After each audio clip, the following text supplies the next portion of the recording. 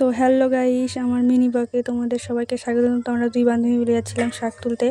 তো এই দেখো চারপাশটা ফাঁকা। তো আমি আর আমার বান্ধবী স্কুল থেকে এসে গেলাম শাক তুলতে।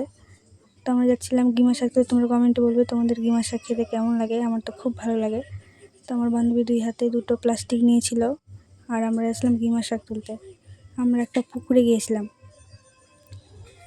এই দেখো গাইস, চারপাশটা ফাঁকা। তোমাদের বলবে গ্রামের পরিবেশ কেমন লাগে। আমার তো খুব ভালো লাগে গ্রামের পরিবেশ, চারপাশ গোটাই ফাঁকা। তো ফাইনালি গাইস আমাদের শাক তোলা হয়ে গেছে। এই দেখো শাক। আর আমরা এই পুকুরে এসেছিলাম। এই পুকুরের চারপাশে গোটাই জমি আর মাঝখানে পুকুর।